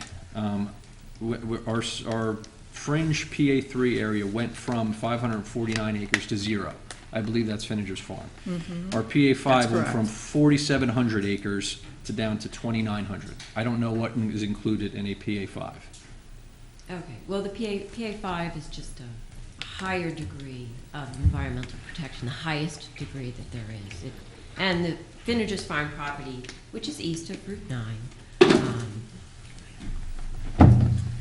it includes everything that is, I mean, it is a PA5. I mean, you can talk about what you'd like to have on it and solar farms or whatever, but the fact is that it has those environmental constraints of a PA5. Yes, it was made perfectly clear at us when we had, at the 3 years worth of meetings, we understood. Okay, And well, it I've was been talking taken- about Finninger's Farm forever, and if it It's- really is a PA5, I'm extremely I don't, pleased. Veronica could check on it. I can don't- definitely check on it. it. is- Okay, well, that would make me so. But I will say there is a sort of a plan to develop it, to put a passive recreation. That's still up in the air. That was part of the That agreement. was part of the agreement for the Coastal Zone Management Act with Oyster Yes. Creek closing. A passive recreation area on but that's still- 217 I acres. think it was with the relicense. Yeah, the relicensing thing, Yes, right, 10 and, years yes, ago. and, yeah, the oyster beds, they had to do the clam beds and all of that stuff. Right, and although it looks good on paper, the fact is that if it does have PA5 environmental constraints, even if it is a passive recreation trail or whatever, that it really shouldn't go there, because the PA5 means that there's so much wildlife on that area that it shouldn't be touched, not even with a walking trail. So, anyway, if you could find out the PA5. I wrote myself a note so I wouldn't forget. Thank you so much. Okay, regarding the Holtec plan, Mayor, you mentioned that you were at a meeting, Mhm. and there were a bunch of PhDs there. Right. And there's one lead guy. Yep. Now, who's the lead guy? I don't have his business card with me. I have it at home. Okay. And was this a Holtec person? DOE or DOT? No. Or NRC, Holtec- Exelon? no. Holtec was there, Exelon was there, they didn't talk. This is run by the federal government. Okay, okay. And are you due to meet again? I think every couple of years, because he's got, what did he say when I had lunch with him? He was ecstatic that I was there because he's done like 10 of these and I was the first mayor to show up for any of these meetings in different towns. He was ecstatic that I was there and he's got another 15 to do. So he's figuring every couple of years he's gonna get back to Oyster Creek, and it's just to update the plan. They were very, very thorough. I mean, everybody, it was duplicate of everything. DOT, then you had the federal DOT there. You had everything from the federal government to the state government was there, and they were talking about it. Okay. Now, it's my just brief, basic understanding. Exelon currently owns the plant. It's now being in the process of decommissioning. There is a lot of nuclear waste on site. There's storage casks. And if Holtec was not in the picture, the plan would be that waste would stay on site for many decades, and Well, there's other companies out there that do this. Mhm. There's about, I think he said there's about a half a dozen companies that do this. type like of thing. Holtec, or? That do decommission. They're not as aggressive as Holtec, that's for sure. Okay. But they're out there. All right, and so along comes Holtec, and Mhm. they want to buy up the plants, Mhm. and they want to repackage the nuclear waste in Correct. their concrete storage containers, Mhm. which technically might be able to be transported. Well, they're designing for the rails, for the ones that have rail stations and be able to get them out on the railroad, they're designing, they've got a company that was contracted by the federal government to design a new rail car that would be able to hold that. Okay, so, So understand this, the transportation of that is going to be overseen strictly by the federal government. okay. But I'm just saying, Holtec's gonna try to get- Holtec wants to come in, repackage their Holtec's stuff in their right. concrete containers. Whether or not it goes anywhere is beyond their control, Yeah. because New Mexico may or may not get approval. Correct. Yucca Mountain, we know that's on hold forever, seems to Well, me. Trump, I think President Trump put, what they say, He's putting money $313 into million that.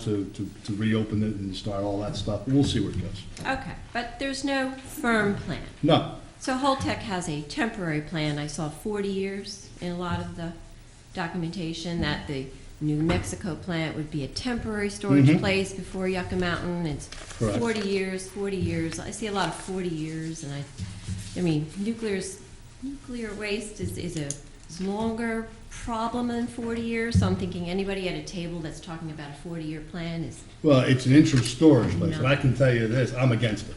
I think it's just a money grab. It It's absolutely just a is. straight out money grab. Rather Yes. see him take that money, put it into Yucca Mountain, make it a lot safer. You and I can disagree whether Yucca Mountain's the place for it to be, but find a place for this stuff to go Mhm. and get it there as soon as possible. Okay. Well, I agree with you 100% that Holtec is a money grab.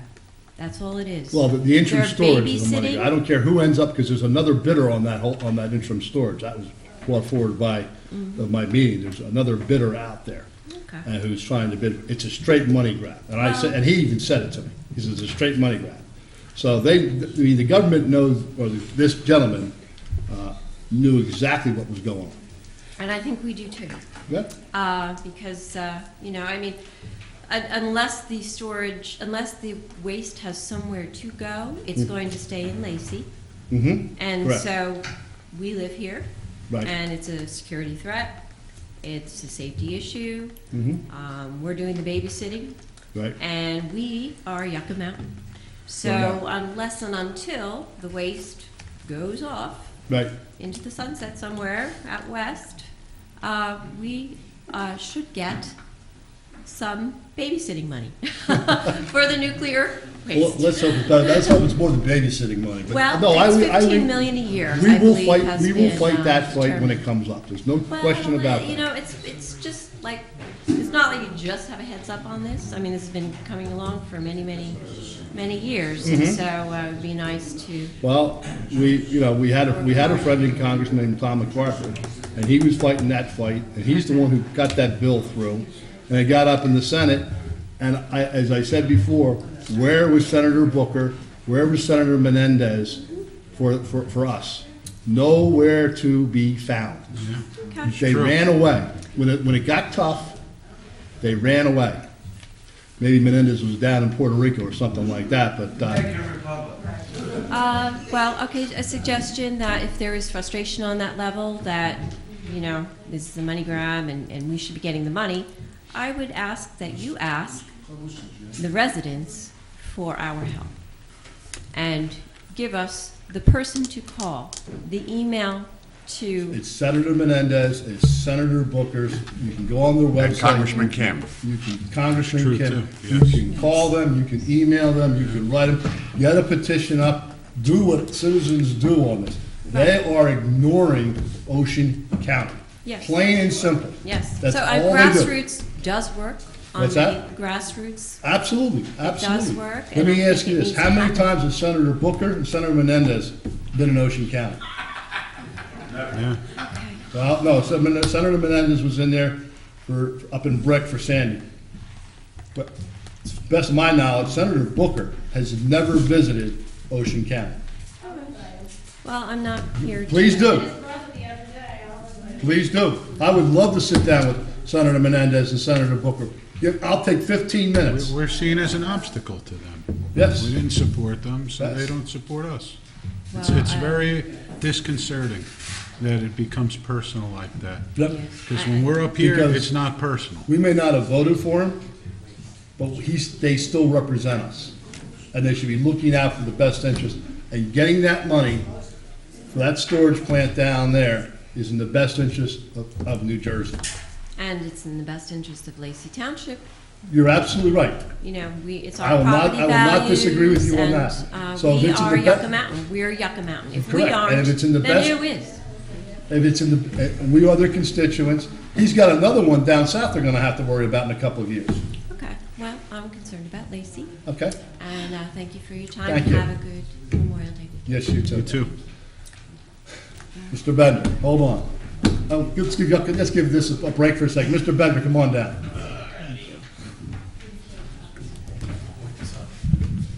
Barry Bender, Historic Bay Avenue. Just want to thank the committee for granting our request to post signs. This Saturday is 2 weeks from Relay for Life, so Saturday we'll be putting signs out. What's the date on the relay? The 8th and the 8th, starting the 8th, we go all night long to the 9th. Okay. I'll be setting up on the 7th. Just want to let everybody know, we hopefully, knock on wood, we get a wonderful weather. I think last year we had good weather. Hopefully we get 2 years in a row with good weather, because a lot of our fundraising, a lot of the money comes on the day of the event. Anyone who's been there knows we have the track with all the campsites around the track, and people sell food and sell various things they make, etc. And a lot of our money comes on that day. People will be coming to start setting up. I get there 8 o'clock in the morning that Saturday. Our official start time for setting up is 10 o'clock. Of course, people are waiting for me when I get there at 8 o'clock in the morning. The Survivor Luncheon on the 8th starts at noon. Anyone is welcome, any survivor, along with a guest. Just show up. Forked River Butcher, once again, is supplying the food, and it's good stuff. Yes, that's good stuff. So all survivors, regardless if you've sent something in or not, it'd be nice if you sent something in so we could prep a little bit. But if you don't, you show up and you come into the tent and have a nice meal. Again, we go all night long. Starting the opening ceremony starts at 2, and we go till 6 in the morning that Sunday morning. Love to see everybody come out, spend some money. It's all going for a wonderful cause. One day we'll talk about cancer the way we talk about polio. That's what we're working for. Thanks, sir. Thank you for what you do, man. I mean, you This is my you 10th do year this- as logistics chairman. I'm feeling old. You get more people there than, I mean, that's an amazing event. Well, this year we have a shot, if we do fairly well, combined with the time in Lacey and in Berkeley Township, we'll pass $1 million total raised on all the events. Good. We're calling this our $1 million. Hopefully, we hit it this year. We want to make this the $1 million year. Congratulations. Thanks very much. Thank you. Come on down.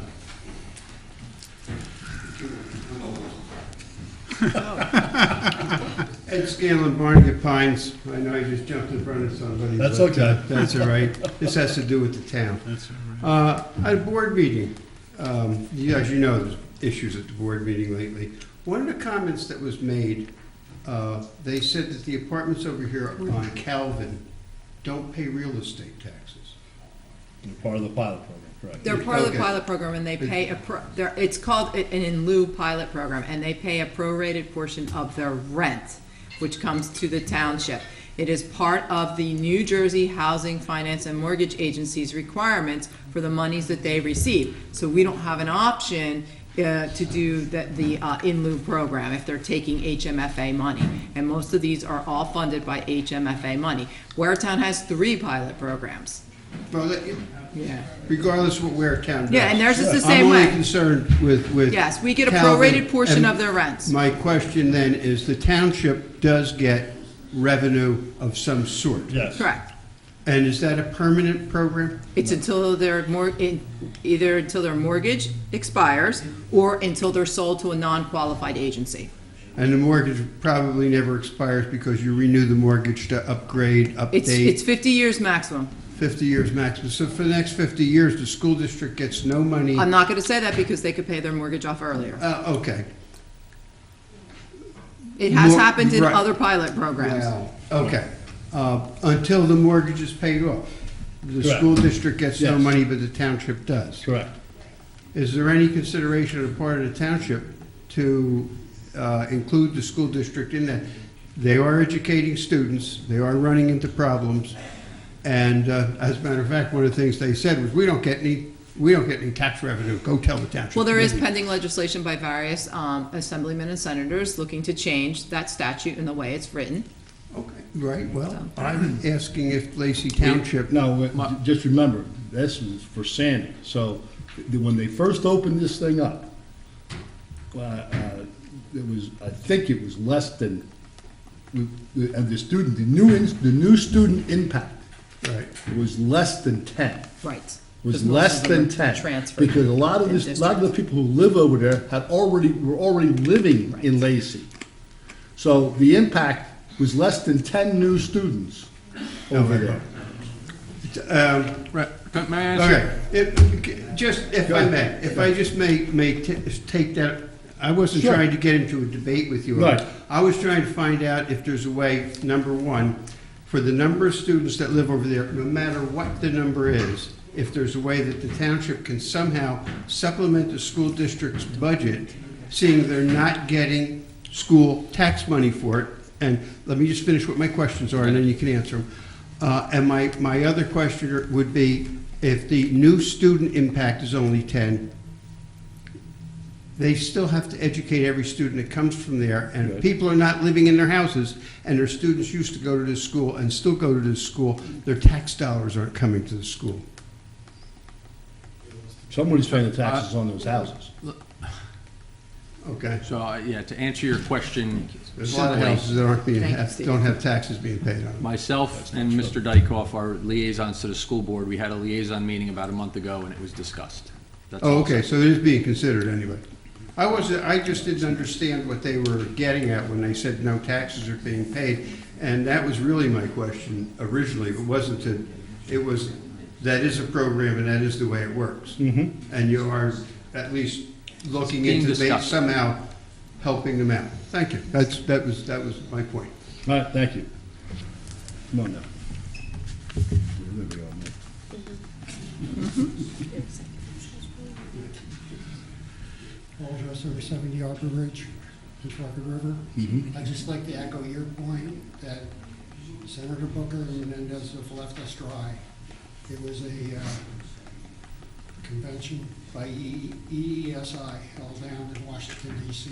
earlier this month. And we talked about all the pluses and minuses of decommissioning. Indian Point has just gotten sold, or going to be sold.